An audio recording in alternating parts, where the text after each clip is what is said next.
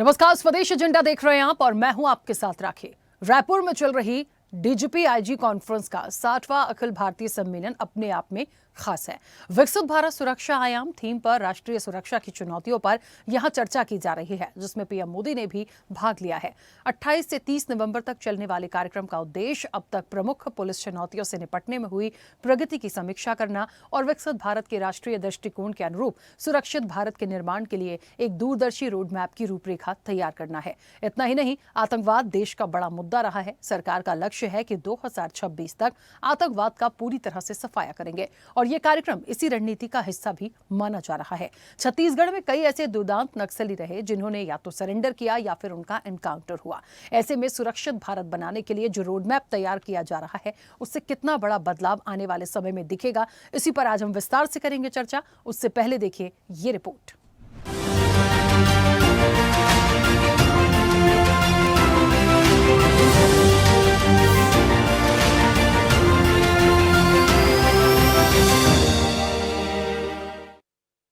वो दिन दूर नहीं जब देश नक्सलवाद से, माओवादी आतंक से पूरी तरह मुक्त होगा।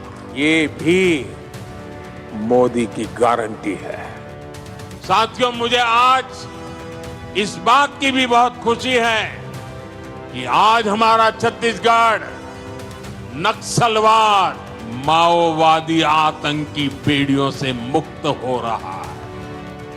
देश की आंतरिक सुरक्षा बेहद अहम होती है और इसके लिए जिस तरह से रायपुर में कॉन्फ्रेंस की जा रही है, वो अपने आप में एक बड़ा आयोजन है। ये सम्मेलन देश भर के वरिष्ठ पुलिस अधिकारियों और सुरक्षा प्रशासकों को राष्ट्रीय सुरक्षा के विविध मुद्दों पर खुले और सार्थक विचार विमर्श के लिए एक महत्वपूर्ण संवादनात्मक मंच प्रदान करता है। ये पुलिस बलों के सामने आने वाली परिचालन, अवसंरचनात्मक और कल्याण संबंधी चुनौतियों पर चर्चा के साथ साथ अपराध से निपटने, कानून व्यवस्था बनाए रखने और आंतरिक सुरक्षा खतरों से निपटने के लिए एक अहम रणनीति तैयार करता है। प्रधानमंत्री नरेंद्र मोदी ने इस वार्षिक सम्मेलन में निरंतर गहरी रुचि दिखाई है। उन्होंने एक ऐसा माहौल तैयार किया है जहां पुलिस व्यवस्था पर नए विचार उभर सके। व्यावसायिक सत्र, विस्तृत बातचीत और विषयगत चर्चाएं प्रतिभागियों को महत्वपूर्ण आंतरिक सुरक्षा और नीतिगत मामलों पर सीधे प्रधानमंत्री के साथ अपने विचार साझा करने का अवसर प्रदान कर रही है। कॉन्फ्रेंस के दूसरे दिन करीब 4 मेगा सत्रों में पीएम मोदी ने हिस्सा लिया। 60वें Akhil Bharatiya DGP IG conference बैठक की कमान प्रधानमंत्री नरेंद्र मोदी और केंद्रीय गृह मंत्री अमित शाह संभाल रहे हैं। राष्ट्रीय सुरक्षा सलाहकार अजीत डोभाल सहित देश भर की पुलिस और सुरक्षा एजेंसियों के शीर्ष अधिकारी भी मौजूद हैं, जिनमें विभिन्न राज्यों के डीजीपी अपनी अपनी प्रेजेंटेशन दे रहे हैं। बैठक का मुख्य फोकस राष्ट्रीय सुरक्षा, उभरती चुनौतियां और पिछली सिफारिशों के क्रियान्वयन की समीक्षा पर रहेगा। कॉन्फ्रेंस में विकसित भारत के साथ ही सुरक्षित भारत के निर्माण के लिए एक दूरदर्शी रोडमैप तैयार किया जाएगा। विकसित भारत सुरक्षा आयाम विषय पर आयोजित सम्मेलन में नक्सलवाद, आतंकवाद, आपदा प्रबंधन, महिला सुरक्षा और पुलिस व्यवस्था में फॉरेंसिक विज्ञान, एआई के उपयोग जैसे प्रमुख सुरक्षा पर बातचीत होगी। बैठक के एजेंडा में महिला सुरक्षा को तकनीक के माध्यम से और मजबूत करने पर भी विशेष चर्चा शामिल है। छत्तीसगढ़ के डीजीपी अरुण देव गौतम बस्तर 2.0 पर अपनी बात रखेंगे। वे मार्च 2026 तक नक्सलवाद के पूर्ण खात्मे के बाद बस्तर में विकास की रणनीति पर विस्तार से जानकारी देंगे। कॉन्फ्रेंस के एक सत्र में आतंकवाद निरोध के रुझान और उपायों पर चर्चा होगी। वहीं विजन 2047 पर आईबी के विशेष निर्देशक प्रेजेंटेशन देंगे। इस पूरी कॉन्फ्रेंस पर लेकर क्या कुछ कहना है दिग्गजों का, वो भी सुनाते हैं। निसंदेह पूर्वोत्तर में बहुत स्ट्रेंथ है, जम्मू कश्मीर में बहुत स्ट्रेंथ है, लेकिन इन सारे ही क्षेत्रों को ऐसे ही तत्वों ने देश की मुख्यधारा से अलग करके रखा था। आज वो समय है जब सारा देश मिलकर एक साथ आगे बढ़ेगा और भारत की इस गति को दुनिया देखेगी। इस एक महीने में आदरणीय प्रधानमंत्री जी का लगातार 2 बार आना, और ये वास्तव में हम सभी के लिए, छत्तीसगढ़ वासियों के लिए, प्रधानमंत्री जी का छत्तीसगढ़ के प्रति प्रेम, छत्तीसगढ़ वासियों के प्रति जो प्रेम है, उसको दर्शाता है। आदरणीय गृह मंत्री जी भी लगातार हैं और इस महीने तो लगभग सभी, और सतत इस प्रयास में निरंतर करते जाते हैं आदरणीय प्रधानमंत्री जी। डीजी कॉन्फ्रेंस में पहली बार ऐसा हो रहा है जहां 250 से अधिक सीनियर अफसर शामिल होने आ रहे हैं। इसके पहले केवल डीजी और एडीजी रैंक के करीब 100 अफसर ही शामिल होते थे। पहली बार पीएम मोदी के कहने पर नौजवान आईजी और एसपी को भी इस बैठक में बुलाया गया है। कुल मिलाकर इस आतंकवाद के खात्मे, देश की सुरक्षा सहित नए और इनोवेटिव आइडिया लाने के लिए तमाम राज्यों के गृह विभाग के प्रमुख और डीआईजी और एसपी रैंक के कुछ चुने हुए वरिष्ठ पुलिस अधिकारियों को भी इस कॉन्फ्रेंस में बुलाया गया है, जिनके सुझाव और रणनीति भारत को आने वाले समय में एक बेहतर रिजल्ट देंगे। चैनल हेड आरपी श्रीवास्तव के साथ एग्जीक्यूटिव एडिटर राखी वर्मा की रिपोर्ट।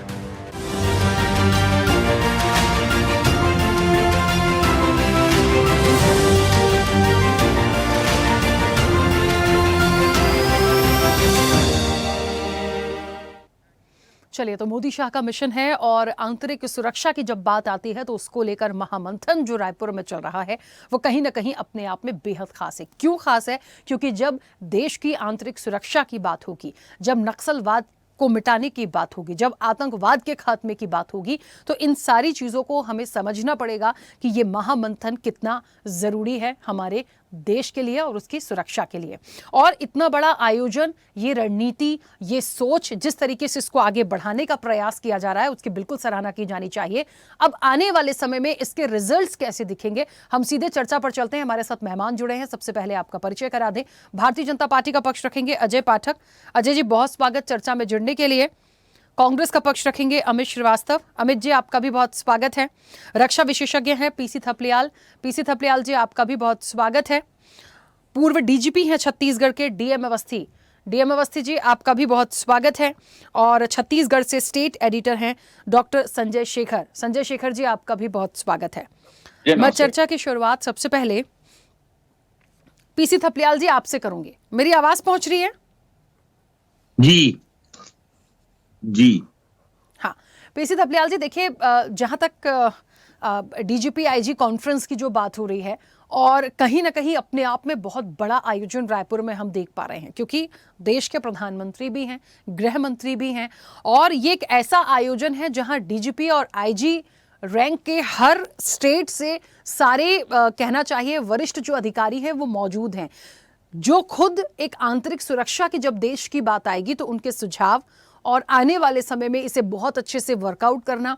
प्रॉपर रायपुर में आयोजन है, तो मुझे लगता है एक क्योंकि लक्ष्य लेके चल रहे हैं 2026 तक बिल्कुल प्रॉपर तरीके से इस नक्सलवाद को हटाना है, मिटाना है। तो ये सारी चीजें जो प्लान की गई हैं, जो रणनीति है, उस पर आगे बढ़ते हुए कहीं ना कहीं ये जो पूरा आयोजन है, जो कॉन्फ्रेंस है, वो बहुत महत्वपूर्ण है। इसे आंतरिक सुरक्षा की दृष्टि से देखें तो कितना अहम मानते हैं और कितने अच्छे रिजल्ट यहाँ से आप देख पा रहे हैं आने वाले समय में? देखो, ये आयोजन पहली बार नहीं हो रहा है, ये 60वीं बार हो रहा है और इसकी बहुत आवश्यकता भी है, क्योंकि हमने देखा कि देश में जिस तरह से आतंकवाद, नक्सलवाद ने अपने पंख फैलाए हैं और देश के आगे एक चुनौती बन के आया है, तो इनके ऊपर हर समय ये चर्चा होती थी कि किस तरह से इसको नियंत्रित किया जाए, इसके कारण क्या है कि क्यों नक्सलवाद पैदा होता है, कैसे उग्रवाद पैदा होता है, कैसे आतंकवाद पैदा होता है। इन तीनों चीजों को अलग अलग ढंग से समझने की एक प्रक्रिया इन अधिवेशनों में होती थी। ये दीगर बात है कि इस समय पहली बार एक मेगा शो के रूप में इसको रखा जा रहा है, जबकि जो भी देश में इस चीजों के जानकार है, अभी हमारे सामने अवस्थी साहब बैठे हुए हैं, इन चीजों का वो मेगा शो के रूप में नहीं किया जाता, क्योंकि ये ऐसे रणनीति होती है जिस रणनीति का दुश्मन को पता नहीं लगना चाहिए। ये बहुत ही ऐसी रणनीतियां बननी चाहिए कि किसी भी हालत में ये बननी चाहिए सीनियर अधिकारियों के लेवल पे जो अनुभवी हैं। ये नहीं कि तुम एसपी, डीएसपी, यंग लोगों को इसमें इन्वॉल्व करो, क्योंकि ये एक रणनीति, एक रोड मैप बनाने का प्रक्रिया होती है इन अधिवेशनों में। लेकिन ठीक है, बहुत अच्छा है कि हमारे प्रधानमंत्री जी स्वयं इसकी निगरानी कर रहे हैं और गृह मंत्री जी भी इसमें इन्वॉल्व हैं और एक मेगा शो के रूप में ये मनाया जा रहा है। और इस समय ये कहा जा रहा है कि अभी तक 126 राज्य नक्सलवाद से प्रभावित थे, अब केवल 11 राज्य प्रभावित होते, बाकी सब के सब खत्म कर दिए हैं। लेकिन नक्सलवाद कहां से पैदा होता है, अगर हम इसको समझते हैं तो हम ये जानते हैं कि ये भूख से पैदा होता है। जब अमीर और गरीब की जो एक खाई बहुत चौड़ी होती है तो तब नक्सलवाद पैदा होता है, ये माना गया है अभी तक। लेकिन ये खाई तो बहुत चौड़ी हो चुकी है, इन 10-11 सालों में इतनी चौड़ी हो गई है कि 80 करोड़ लोग 5 किलो राशन में पल रहे हैं।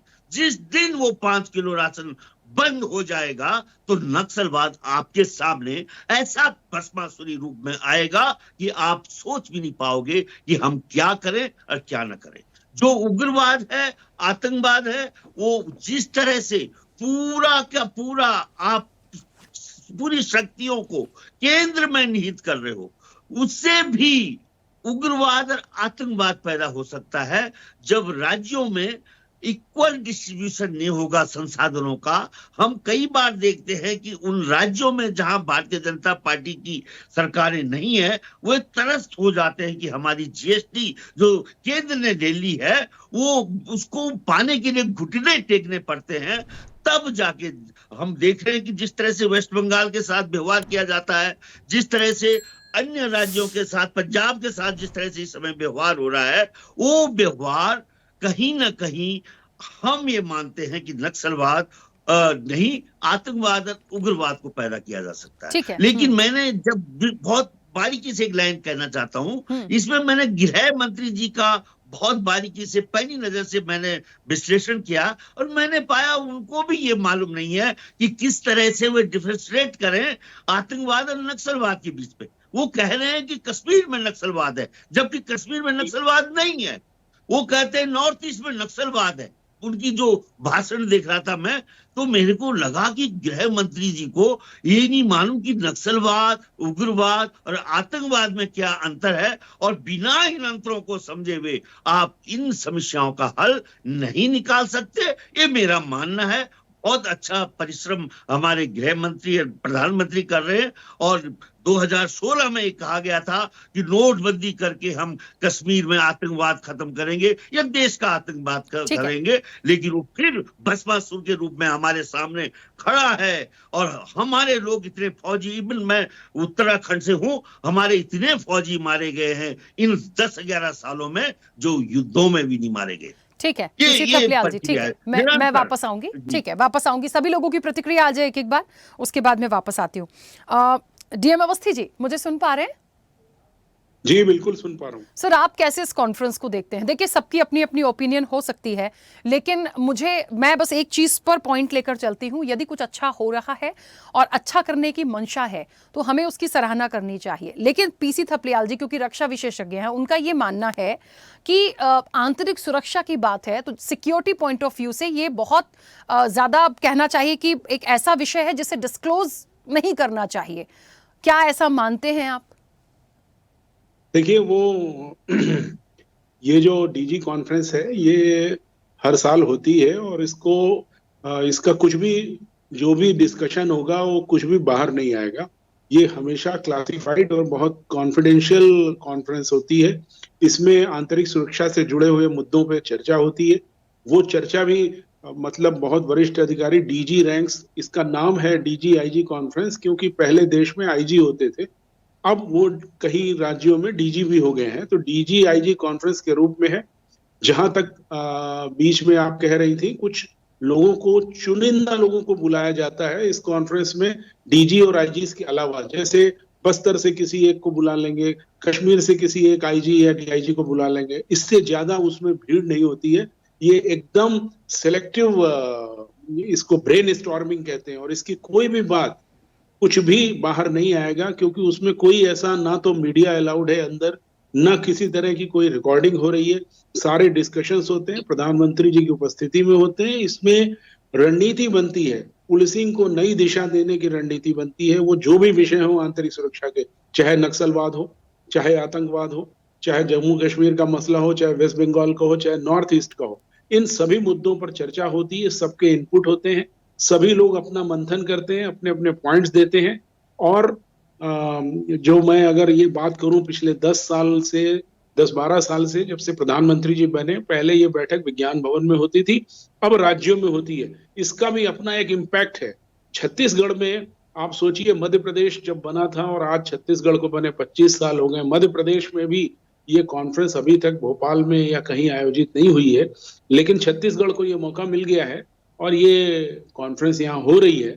इसमें देश के लोग आ रहे हैं, हमारे जो पुलिस ऑफिसर्स हैं वो सिक्योरिटी से लेकर के बहुत सारी चीजों में उनका एक्सपोजर हो रहा है। इतने सारे वीआईपीज को पहली बार छत्तीसगढ़ देख रहा है और अंदर जो डिस्कशन हो रहे हैं उसमें हमारे डीजी छत्तीसगढ़ के और सीनियर एडीजी इंटेलिजेंस आईजीज हैं, वो सब सीखेंगे जो कि हमारी पुलिसिंग को नई दिशा देंगे। और हमारा जो नेटवर्क है, जो नक्सलवाद की समस्या है, उस पर हमने क्या किया है और हम किस तरह से सफल हुए, ये बातें देश के अन्य राज्यों में भी प्रेजेंटेशन के माध्यम से पहुंचेगी। ये एक बहुत अच्छी कॉन्फ्रेंस है, इसका बहुत फायदा होता है। मैंने बहुत सारी कॉन्फ्रेंस अटेंड की है और जहां तक थपलियाल साहब कह रहे थे, इसमें हमेशा कॉन्फिडेंशियलिटी बरती जाती है। कहीं भी किसी भी पार्टिसिपेंट से भी आप पूछेंगे तो वो कुछ नहीं बताएगा आपको, क्योंकि सारी चीजें बहुत सीक्रेट और कॉन्फिडेंशियल।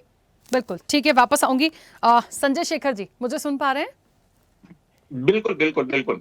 संजय शेखर जी, देखिए 2-3 बातें हैं। एक तो ये एक जो मिशन है और रायपुर में ये जो एक बड़ा आयोजन है, इसकी गंभीरता को भी समझना पड़ेगा, इसकी सीक्रेसी को समझना पड़ेगा। हालांकि डीएम अवस्थी जी ने बहुत क्लियरिटी से सारी बातों को रखा, लेकिन एक बात है, 2026 में जिस नक्सलवाद के सफाया होने की बात हो रही है, जिस विकसित भारत 2047 के को लेकर चर्चा हो रही है, मुझे लगता है एक बहुत बड़ी ये कॉन्फ्रेंस है और आने वाले समय में चाहे विकसित भारत हो, चाहे नक्सलवाद हो, चाहे आतंकवाद हो, क्योंकि देश की सुरक्षा की बात आ गई, बात सिर्फ छत्तीसगढ़ की नहीं है, तो जब देश की आंतरिक सुरक्षा की बात आएगी तो मुझे लगता है हर उस अहम घटनाओं पर बात हुई ही होगी, जितना मैं समझ पा रही हूँ डेप्थ में जाके, जो आने वाले समय में एक बड़ी रणनीति के रूप में और बड़े कहते हैं ना कि हमें शायद में भी कुछ एक्शंस भी देखने को मिले, ये पूरी तैयारी है, इसे मैं ऐसे देखती हूँ। और क्योंकि सभी लोग जुटे हैं, आप बहुत नजदीक से, क्योंकि छत्तीसगढ़ में हैं, आप बहुत अच्छे से ऑब्जर्व कर पाए होंगे, कैसे इस कॉन्फ्रेंस को देख रहे हैं? देखिए, सबसे पहले तो मैं इस बात को ही कह दूं कि इसकी गोपनीयता कितनी है। देखिए, पिछले करीब 15-20 दिनों से मैं इसको फॉलो कर रहा हूं और चूंकि 25 साल से यहाँ पत्रकारिता कर रहा हूं, तो पुलिस डिपार्टमेंट में बहुत सारे ऐसे अधिकारी हैं जिनसे बहुत मित्रवत संबंध है, जो इससे जुड़े हुए भी लोग हैं। लेकिन गोपनीयता बहुत ज्यादा है। आपको केवल एजेंडा बताया जाता है जो पीआईबी से जारी होती है, जो गृह मंत्री जिसको कहते हैं जारी करने के लिए, उतना बताया जाता है, उससे ज्यादा आपको कुछ नहीं बताया जाता है। बहुत कोशिश हम पिछले 3-4 दिन से लगातार आईआईएम में रुक करके वहां बाहर, अंदर तो किसी को अलाउ नहीं है, वो 7 लेयर की सिक्योरिटी है वहां। जो इनवाइटीज है उनको भी 3 से 4 लेयर की सिक्योरिटी पार करके जानी पड़ती है। तो वहां से कुछ निकल के बाहर आ जाएगा, इसकी संभावना बिल्कुल भी नहीं है। और आप ये समझते, एक बात मैं इंगित करना चाहूंगा, प्रधानमंत्री नरेंद्र मोदी को उनके मीडिया प्रेम को लेकर के बहुत आलोचना होती रहती है कि जहां जाते हैं वहां फोटो खिंचाते रहते हैं, वहां वो वीडियो कैमरा लेकर के जाते हैं। वो मैं आपको बता दूं, प्रधानमंत्री नरेंद्र मोदी को आए हुए 24 घंटे से ज्यादा हो गया है छत्तीसगढ़ में, और इस दौरान दर्जन भर से ज्यादा वो मीटिंग कर चुके हैं कल से लेकर के आज तक, लेकिन एक भी फोटोग्राफ्स कहीं बाहर नहीं है। हम मीडिया कर्मी लगातार उनके सोशल जितने भी अकाउंट है उसको दिन भर फॉलो करते रहे कि कहीं से एक फोटोग्राफ मिल जाए जिसको हम अपनी खबर में उपयोग कर सके, लेकिन एक फोटोग्राफ नहीं है, एक लाइन नहीं है। तो गोपनीयता इस स्तर की है वहां पर। दूसरी बात महत्वपूर्ण छत्तीसगढ़ के लिए इसलिए है क्योंकि छत्तीसगढ़ अभी जिस मोड़ पे खड़ा है, देखिए 25 वर्ष रजत जयंती वर्ष छत्तीसगढ़ मना रहा है, यहां से इसको एक नई उड़ान लेनी है। और उस नई उड़ान में छत्तीसगढ़ का करीब करीब 40% इलाका जो है वो वनवासी क्षेत्र है, जहां पर जंगल है, जहां पर खदान है, और वो जो 40% करीब करीब एरिया है, वहां पर नक्सलवाद की एक बड़ी समस्या है। उस चुनौती से निपटने में अभी जिस तरीके की लड़ाई लड़ रही है, उसमें सुरक्षा बलों को, यहाँ पर लड़ने वालों को एक ताकत मिले, एक मैसेज जाए, और जो माओवादी है जो सशस्त्र आंदोलन की बात करते हैं और खून खराबे में विश्वास रखते हैं, कहते हैं कि जो है सत्ता बंदूक की नली से होकर के निकलेगी, तो ये उसको किस तरीके से बदला जाए, उनको किस तरीके से संदेश दिया जाए, मुझे लगता है, और ये है भी कि रायपुर में करने के पीछे एक महत्वपूर्ण मकसद ये था। और वहां से ये बात निकल करके आती है और ये मैसेज जब वहां तक कन्वे होगा तो एक नहीं, आपने देखा कल महत्वपूर्ण कई माओवादियों ने कल भी सरेंडर किया है। कुछ लोग 1 तारीख को सरेंडर करने वाले हैं। तो ये सारी प्रक्रिया को उस सारी दृष्टिकोण से समझना पड़ेगा। और इसके साथ साथ पूरे देश के संदर्भ में अगर हम बात करें तो जैसा कि डीजी साहब ने कहा कि वो पहले कई सारे कॉन्फ्रेंस में रहे हैं, तो पुरानी जो योजना बनती है उसकी समीक्षा होती है, नई चुनौतियां जो इस बीच में सामने आती है उसको लेकर के एक रोड मैप बनता है, अगले 1 साल की पुलिसिंग क्या होगी उसको लेकर के नीति को अंतिम रूप दिया जाता है, दीर्घकालीन रोड मैप क्या होगा उसको लेकर के एक पूरी पॉलिसी मेकिंग होती है। लेकिन मैं फिर से कहूंगा ये सब बहुत गोपनीय होती है, कुछ चीजें मिल जाती है, लेकिन वो भी हम देश की सुरक्षा के मद्देनजर पत्रकार होने के बावजूद कुछ मित्रता में अगर हमें जानकारी मिल भी जाती है तो पुलिस के मित्र कहते हैं कि भाई इसको डिस्क्लोज नहीं करना है और हम बताएंगे भी नहीं यहाँ पर सार्वजनिक मंच पे, क्योंकि ये देश की सुरक्षा का मसला है। लेकिन एक बहुत ही सार्थक मीटिंग, और फिर से वहीं पे खत्म करूंगा कि मोदी जी 24 घंटे से यहाँ पर है, गृह मंत्री को 48 घंटे से ज्यादा हो गया है, लेकिन आप कहीं भी कोई ट्वीट नहीं, कोई फोटोग्राफ नहीं, कोई वीडियो नहीं, इससे भी इसकी गंभीरता को आप समझ सकते हैं। बिल्कुल ठीक बात है। अजय जी मुझे सुन पा रहे हैं? जी अजय जी, ये देखिए, कहते हैं ना कि सरकार के लिए तो कहीं ना कहीं बहुत अच्छा है क्योंकि इनिशिएट लिया गया और सारी चीज़ों की प्लानिंग की गई है। छत्तीसगढ़ में क्यों मकसद है वो संजय जी ने बहुत अच्छे से क्लियर कर दिया। लेकिन ये जो एक एजेंडा है देश की आंतरिक सुरक्षा का, या छत्तीसगढ़ से मैं बात करूं या मैं बस्तर की बात करूं, पूरे छत्तीसगढ़ को ही ले लूं मैं, तो मुझे ऐसा लगता है कि यहाँ पे भी जो चीज़ें आज कॉन्फ्रेंस के माध्यम से रखी गई हैं, जो इंटरनल चीज़ों पर डिस्कशन किया गया है, ये एक बहुत बड़ी रणनीति का हिस्सा है। हम इसकी गंभीरता को समझ रहे हैं, इसलिए बहुत सारे पॉइंट्स हो सकता है यहाँ ऐसे हों जो अवस्थी जी को भी पता हो, जो संजय शेखर जी को भी पता हो, लेकिन वो डिस्क्लोज नहीं हो सकते। लेकिन इनिशिएट लिया गया, इसे प्लान किया गया, ये एक बहुत अच्छी पहल है। आने वाले समय में मुझे लगता है हमारे देश में बहुत सारी ऐसी गतिविधियां हुई हैं, लगातार होती चली जा रही हैं, जिनको रोकने के लिए शायद ये एक बहुत बड़ा माध्यम है ये कॉन्फ्रेंस। तो आप कैसे इसको देखते हैं और कितने अच्छे रिजल्ट आने वाले समय में हमें दिखेंगे? राखी जी, आपको और आपके पैनलिस्टों को, आपके व्यूअर्स को मेरा सादर नमस्कार है। राखी जी, 12 वर्ष हो गया मोदी जी को देश की सत्ता संभाले हुए।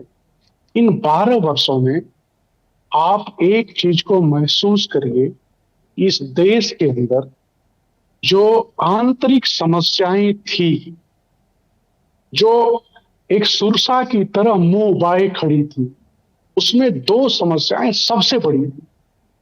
नॉर्थ ईस्ट और हमारे यहाँ पूर्वोत्तर भारत में ले लीजिए तो उग्रवाद, ये दोनों समस्याएं, नक्सलवाद जिसको हम कहते हैं, ये बहुत बड़ी थी, भयानक समस्या थी। इसका किसी तरह का कोई उपाय दिखता नहीं था। दिन पे दिन ये सब चीजें बढ़ती जाती थी। कांग्रेस की नीतियों ने इस देश को विखंडित करने के लिए ही अपनी नींव तैयार की। कांग्रेस आंतरिक सुरक्षा को ताक पे रख करके इन नक्सलवादी और माओवादियों को संरक्षण दे करके ये सारी चीजों को अपने वोट बैंक की तरह इस्तेमाल किया। कांग्रेस ने पूरे नॉर्थ ईस्ट को जला के रखा।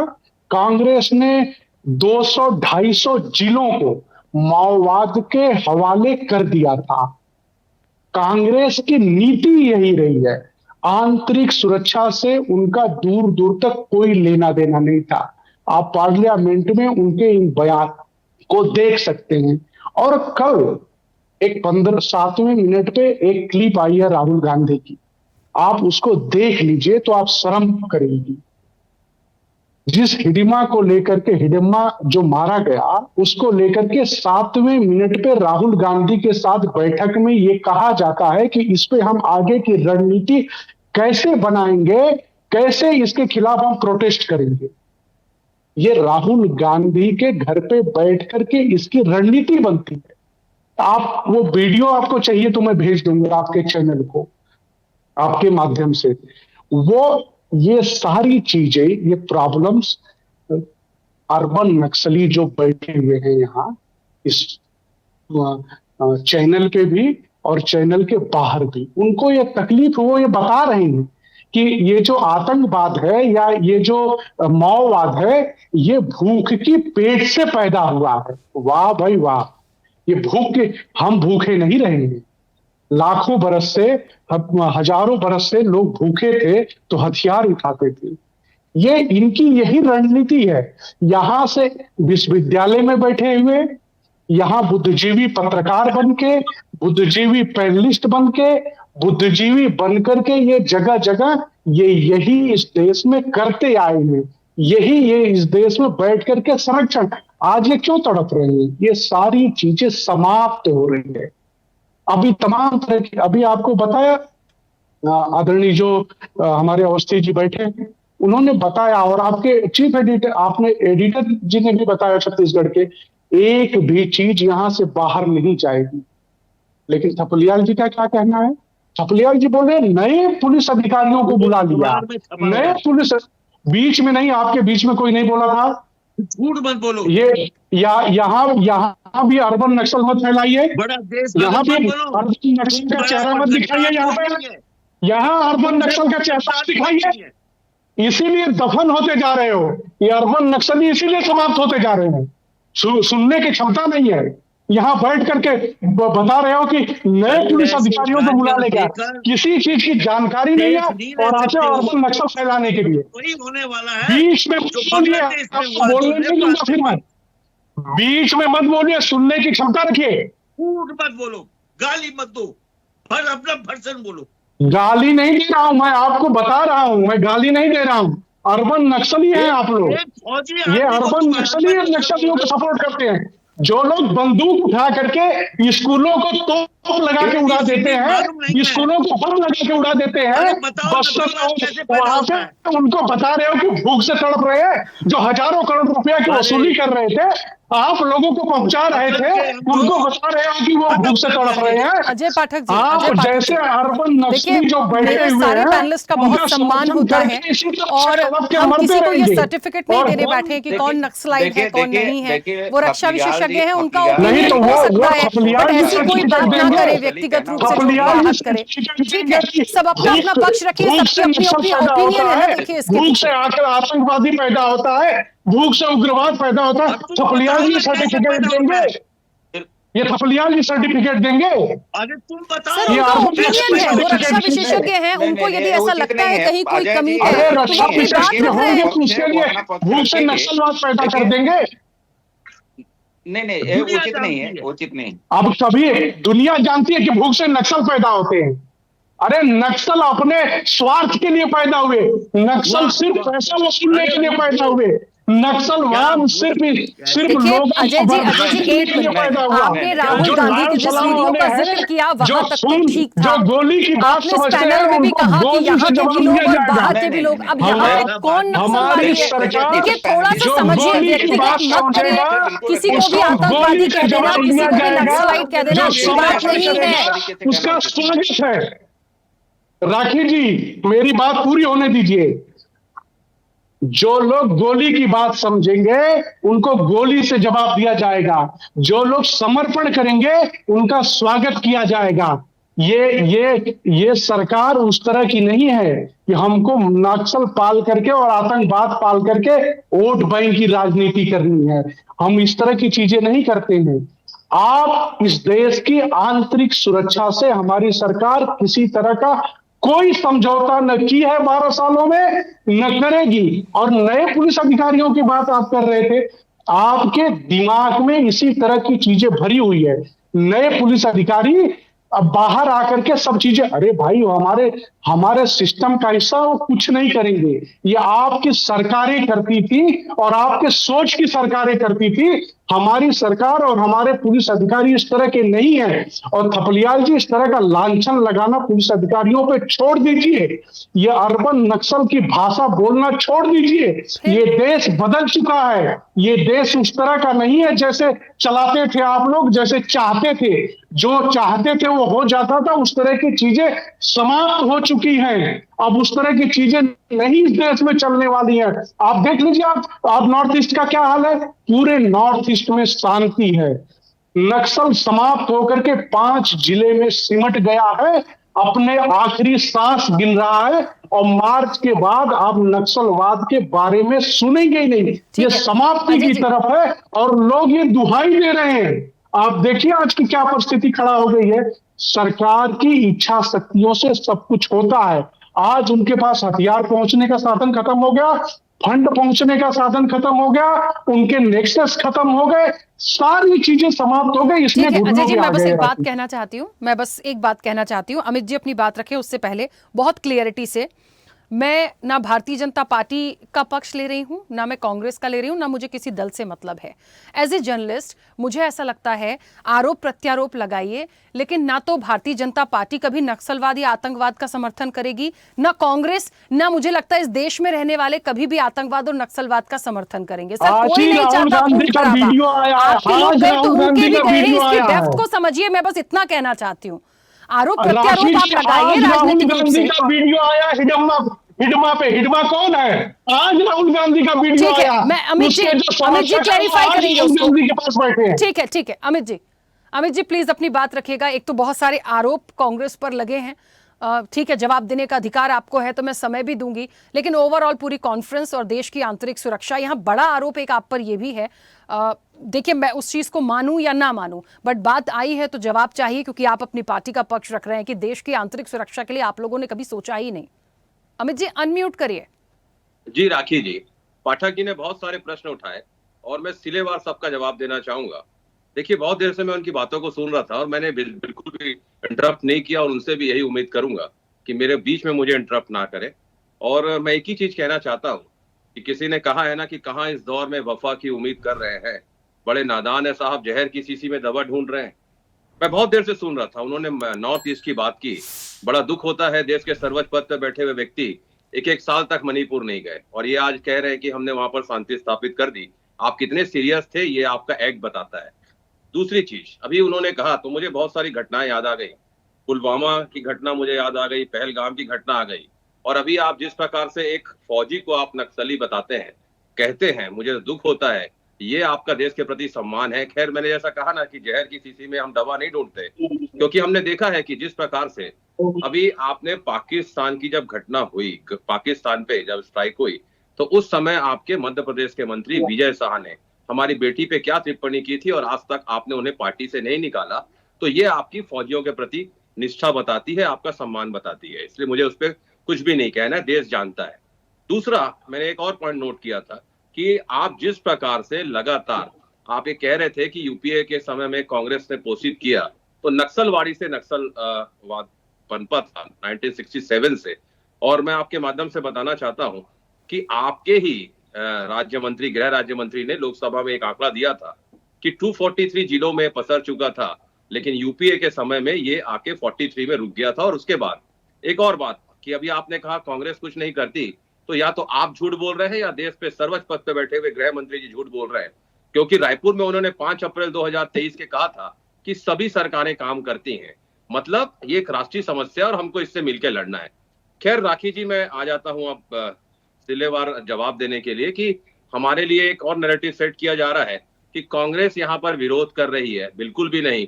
मैं आपके माध्यम से उन समस्त अधिकारियों का छत्तीसगढ़ की पावन धरा पे, राम के ननिहाल में, माता कौशल्या की नगरी में स्वागत करता हूं, क्योंकि वो जिस प्रकार अभी अवस्थी साहब ने कहा कि देश के बड़े अधिकारी हैं सब, तो एनएसजी के अजीत डोभाल जी, एनसीआरबी के आलोक रंजन जी, आईटीबीपी के प्रवीण कुमार जी, बीएसएफ के दलजीत सिंह चौधरी जी, सीआरपीएफ के गजेंद्र प्रताप सिंह जी और ऐसे अनगिनत हमारे अधिकारी आए हैं।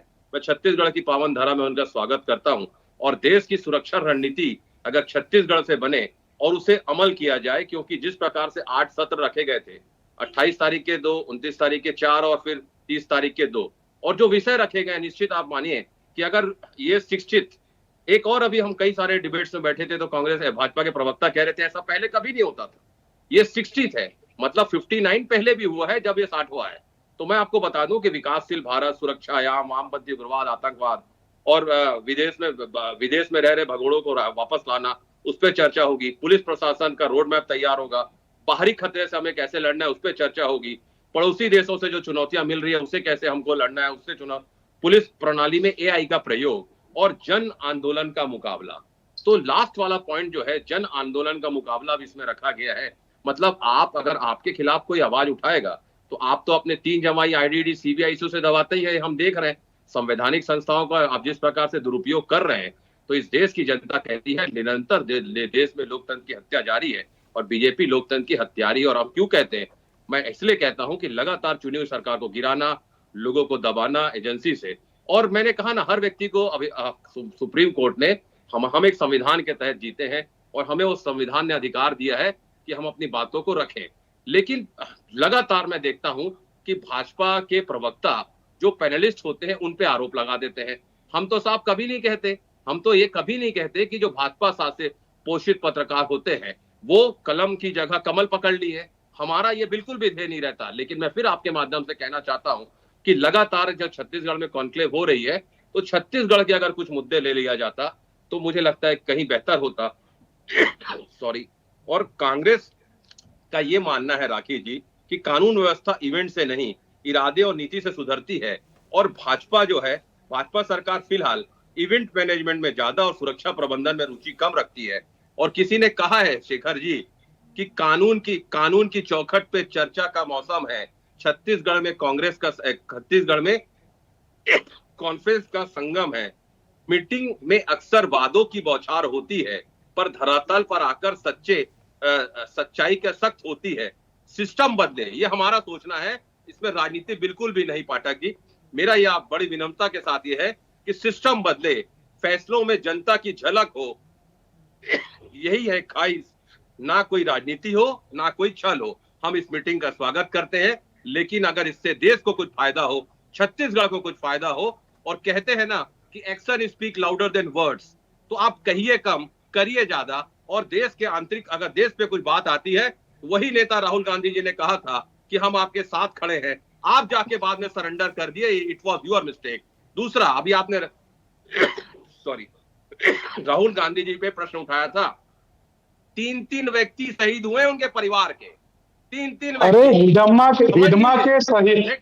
के समर्थकों से क्यों राहुल गांधी मिले, क्यों बोले कि उसमें रणनीति बनेगी, इसमें जवाब दो। सुन लीजिए Pathak ji, it's my turn. आप विद्वान, आप हिडमा के समर्थकों से क्यों मिले? Please don't disturb me, this is my personal request to you, please. No sir, मेरे सवालों का जवाब दीजिए कि उग्रवादियों के समर्थकों से राहुल गांधी क्यों मिले, और उस परिवार क्यों बोले कि इसमें क्या रणनीति बनेगी, उस पर जवाब दो। इधर उधर की बातें मत करो।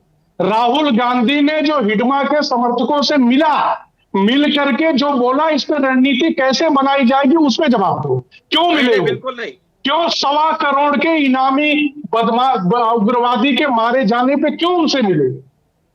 क्यों बोले कि इस पे रणनीति क्या बनेगी? ठीक है अजय जी, जवाब देने दीजिए। उन्होंने ये बताइए। राहुल गांधी बोले, वीडियो अवेलेबल है, वीडियो अवेलेबल है।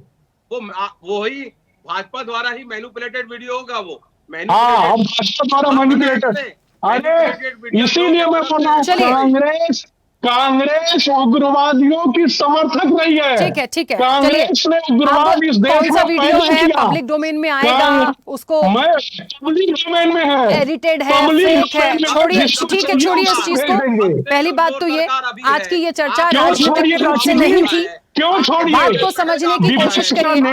हिडमा के समर्थकों से मिलता है। अजय जी, पूरी बात तो सुनिए पहले मेरी, मैं कहना क्या चाह रही हूँ। आप लोग ऐसे झगड़ा करेंगे तो बात कैसे सफल होगी?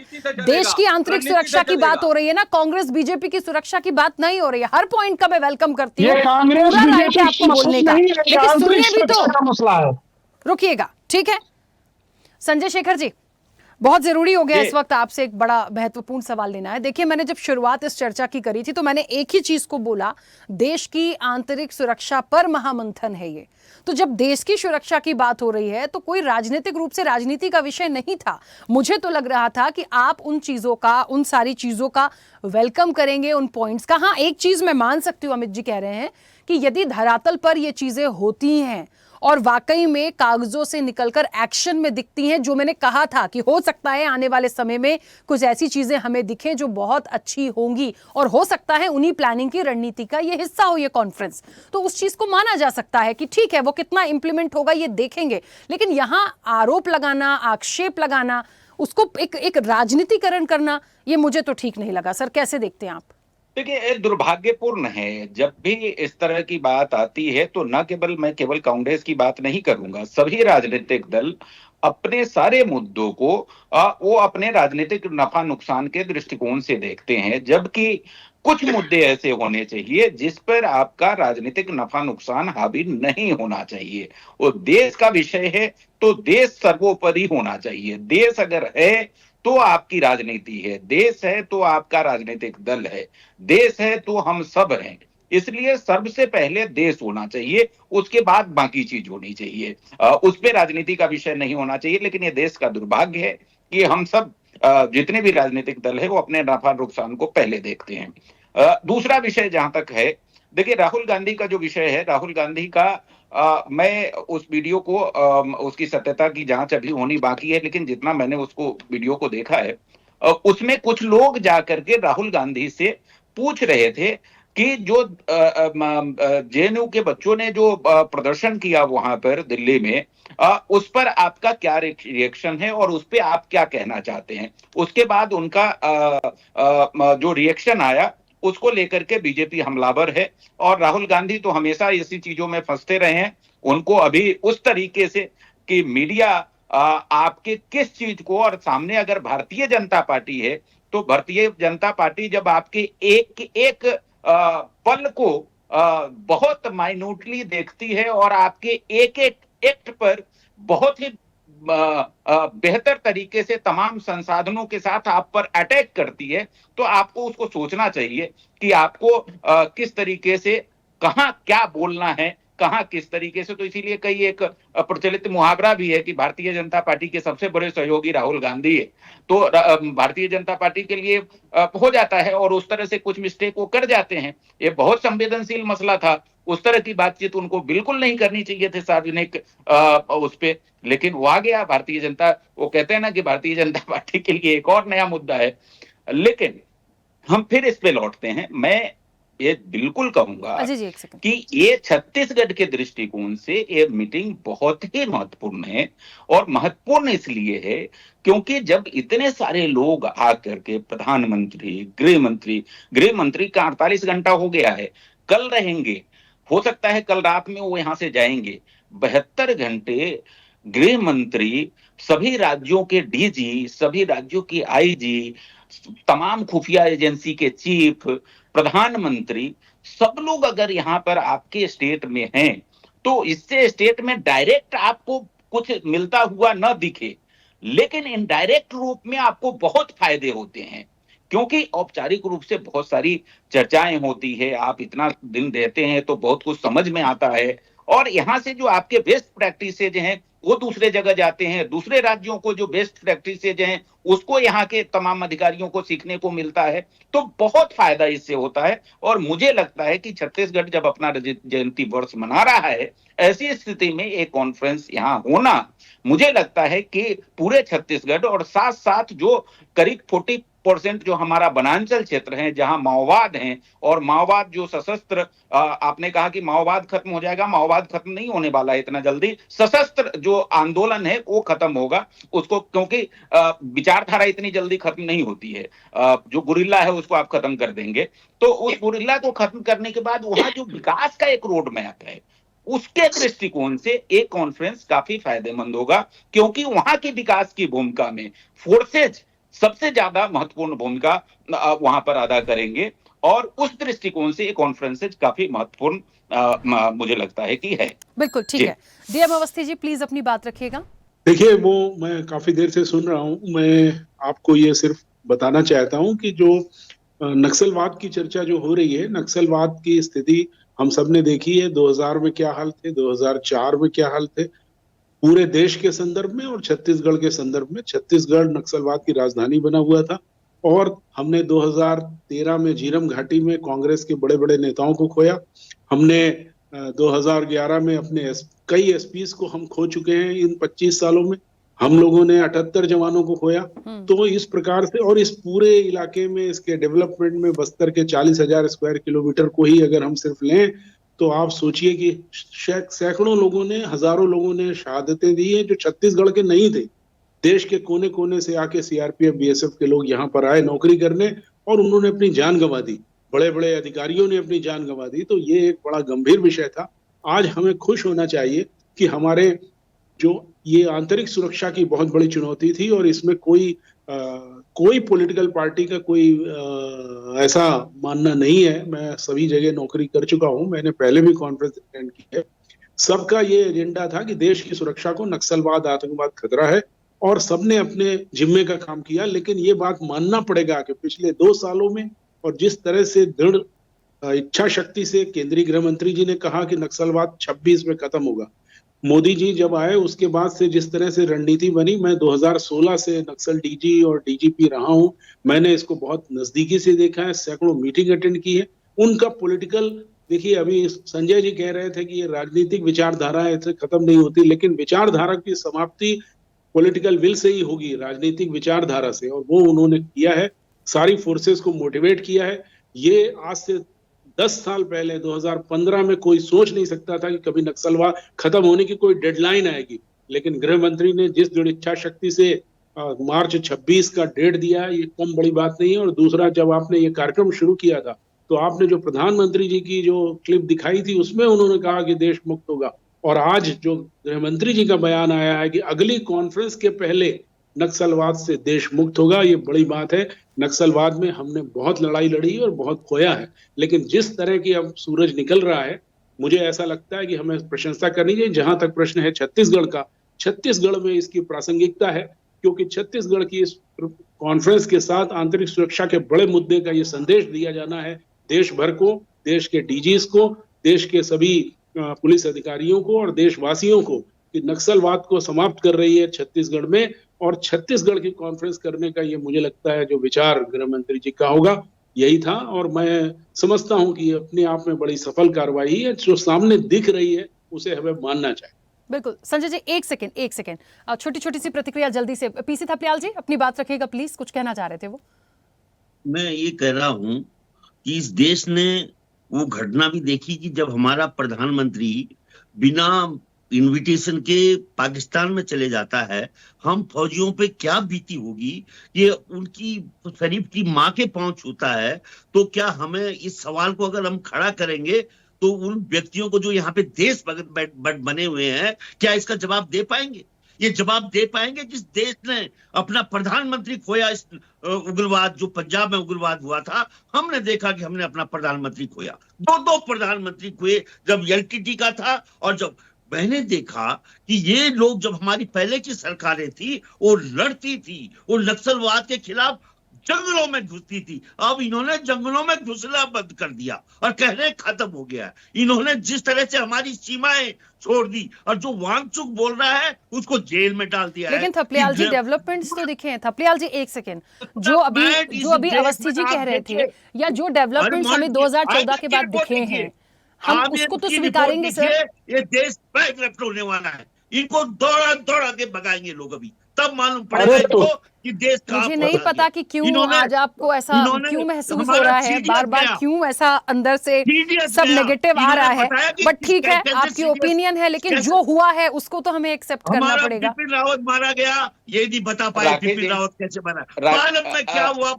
नहीं बता पाए, पुलवामा में क्या हुआ नहीं बता पाए। भाई इनको संभालो, पानी पियो भाई, घर परिवार में कोई हो तो पानी पिलाओ, अटैक ना आ जाए। अरे अजय पाठक जी कैसी बातें कर रहे हैं सर आप? एक तो वो जो बोल रहे हैं अपनी जगह है, आप और इस तरह की बात कर रहे हैं, आपसे नहीं उम्मीद करती मैं। एक मिनट थपलियाल साहब, आपका बहुत विनम्रता के साथ मैं कुछ जवाब देना चाहूंगा आपके सवाल का।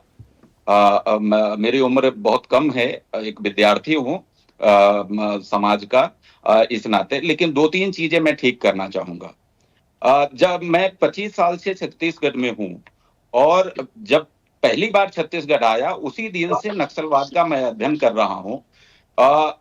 छत्तीसगढ़ के जितने टॉप माओवादी लीडर है मैंने सबका इंटरव्यू किया है, यहाँ तक कि नक्सलबारी, आंध्र प्रदेश, तेलंगाना और नेपाल तक। नेपाल के जो तत्कालीन प्रधानमंत्री थे प्रचंड, उनका मैंने इंटरव्यू किया है, तो इस लेवल पे मैंने स्टडी किया है।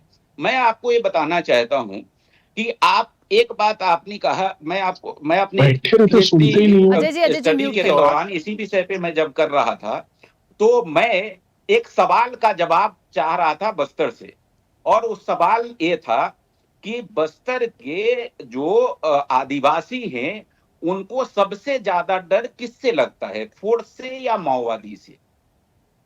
मुझे विश्वास नहीं था कि इस सवाल का जवाब ये आएगा कि उनको सबसे ज्यादा डर माओवादी से लगता है। और ये जवाब जब मुझे आया बार बार, तो मुझे लगा कि शायद मैं बाहर बात कर रहा हूं, इसलिए इस तरह के जवाब आ रहे हैं। तो मैं माओवादियों के सबसे बड़े गढ़ जो है, जहां कुछ साल पहले तक जो लिबरेटेड जोन था, ठीक है, अबूझमार, वहां जाकर के लोगों से बातचीत की और वहां पर जाकर के सैंपल कलेक्ट किए, और आपको जान करके आश्चर्य होगा कि वहां के लोगों ने भी कहा कि वो सबसे ज्यादा माओवादियों से डरते हैं। मैंने पूछा क्यों, मैंने ये भी जानना चाहा कि क्यों, ऐसा क्यों? क्योंकि मेरी अपनी धारणा ये थी, मेरी अपनी धारणा टूट रही थी।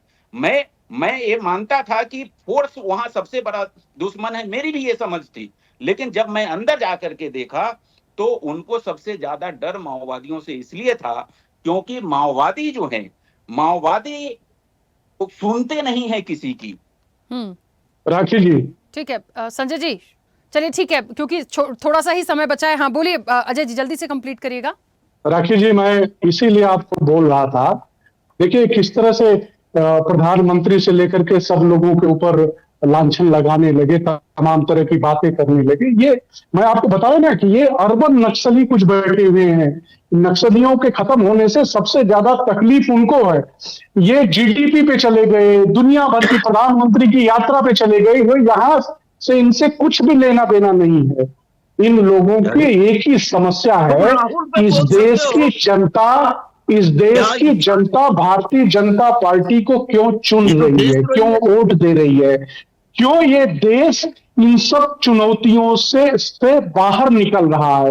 ये चुनौतियां जो आंतरिक चुनौतियां थी या बाहरी चुनौतियां थी, इनसे ये देश कैसे बाहर निकल करके दुनिया की सबसे फास्टेस्ट इकोनॉमी बन रहा है। ये सारी समस्या इन अर्बन नक्सलियों को इसी से है। और आपने देखा ना, आपके छत्तीसगढ़ के एडिटर ने भी बताया कि एक नक्सली जो टॉप कमांडर था उनका, जिसके ऊपर 1.25 करोड़ रुपए का इनाम था, उसके मरने पे उसके समर्थकों से राहुल गांधी मिलकर के आगे की रणनीति बनाने की बातें करते हैं। यही कांग्रेस की नीति है। कांग्रेस हमेशा से इस देश में आंतरिक समस्याएं पैदा करती रही है अपने वोट बैंक के लिए। कांग्रेस सिर्फ अपने वोट बैंक के लिए ये सारी चीजों की जड़ कांग्रेस है। इसलिए इस देश की जनता ने उस जड़ को काटने का निर्णय लिया और वो जड़ धीरे धीरे समाप्त हो रही है। आप जहां भी देख लीजिए। अमित जी प्लीज, समय हो गया। अमित जी जल्दी से अपनी बात रख लीजिए, सभी लोगों को काफी समय मिला, जल्दी से प्लीज कंप्लीट करिएगा। देखिए, मुझे लगता है कि 140 करोड़ हिंदुस्तानी ये चाहते हैं कि नक्सलवाद का दंड, जो अवस्थी साहब ने भी कहा कि हमने अपने नेताओं को खोया था झीरम में, कांग्रेस के प्रथम पंक्ति के पूरे नेता को उन्होंने साफ कर दिया था। उसी प्रकार से 2010 में 76 जवान तारमेटला में इन्होंने उनको शहीद हो गए थे। ऐसे अनगिनत घटनाएं। और मेरा तो ये मानना है राखी जी कि जिसका देश के संविधान में विश्वास ना हो, जो लोकतंत्र में विश्वास ना रखता हो, जो गणतंत्र में विश्वास नहीं रखता होगा, गणतंत्र में विश्वास रखता होगा, राहुल गांधी पे जवाब दो। बात नहीं चाहिए, कोई बात। राहुल गांधी पे जवाब दो। नक्सलियों के समर्थक से राहुल गांधी क्यों मिले, उस पे जवाब दो। देखिए मैं आपका इसका भी आंसर दे देता हूं कि देखिए, आपको तकलीफ ये है कि मैं मेरे संज्ञान में वो नहीं है। मैं जरूर देखूंगा इस डिबेट के बाद। संज्ञान से बाहर हो जाएगा ना। नक्सलियों के समर्थक से मिलने वाले राहुल गांधी वो संज्ञान से बाहर हो जाएगा। मैंने फिर से कहा, ये चर्चा राजनीतिक रूप से नहीं है सर, आंतरिक सुरक्षा की बात है। यदि कोई बात आई है बिल्कुल रखिए, हम फिर उसी आंतरिक सुरक्षा आरोप मत लगाइए। यहाँ तो सीधे सीधे आरोप लग रहा है कि आरोप नहीं है, ये हकीकत है राखी जी, ये आरोप नहीं है, ये हकीकत है। Just give me 5 second. मैं कहना चाहता हूँ, पाठक जी का जवाब देना चाहता हूँ। जी राखी जी। हाँ अमित जी कंप्लीट करिए, समय हो गया है। जी देखिए क्या होता है राखी जी कि आज अगर मैं नहीं जान रहा हूं कि वो किससे मिले हैं, मैं जरूर देखूंगा, लो। लेकिन आपका भी ये जवाब आना चाहिए कि हर घटना के पीछे पाकिस्तान का हाथ आता है, और बिना बुलाए अगर नक्सलियों से राहुल गांधी क्यों मिले? नक्सल समर्थकों से राहुल गांधी मिलकर उनके साथ रणनीति बनाने की बातें क्यों कहे? सर, आप लोगों के लिए एक राहुल गांधी और पीएम बिना बुलाए क्यों गए? इस पर मैं बाद में डिबेट रख लूंगी। ये चर्चा का विषय कुछ और था, फिलहाल मुझे चर्चा को रोकना पड़ेगा। आप सभी का बहुत शुक्रिया इस चर्चा में जुड़ने के लिए। देखिए, एक देश की आंतरिक सुरक्षा पर महामंथन रायपुर में जो चल रहा है, इस चीज को समझना पड़ेगा कि जो कुछ भी स्टैंड लिए जा रहे हैं, जो भी एक मंथन हो रहा है, वो आने वाले समय में हमारे ही देश की आंतरिक सुरक्षा के लिए फ्रूटफुल रिजल्ट देगा। अब आप बार बार उसका राजनीतिकरण करेंगे और कह देंगे कि कांग्रेस जिम्मेदार है, या वो कह देंगे कि बीजेपी जिम्मेदार है, मोदी जी क्यों बिना बुलाए पाकिस्तान गए। ये विषय नहीं है। सिर्फ आरोप प्रत्यारोप लगाकर एक अच्छे सब्जेक्ट को खराब नहीं करना चाहिए, ये माननीयों को समझना चाहिए।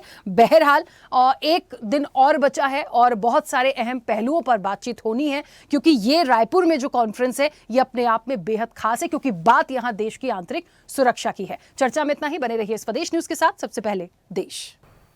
ऐसे ही वीडियोस के लिए लाइक करें, शेयर करें, फॉलो करें। YouTube पर जाकर सब्सक्राइब कर बेल आइकन दबाना ना भूलें और ताजा अपडेट्स के लिए swedeshlive.com पर जरूर जाएं।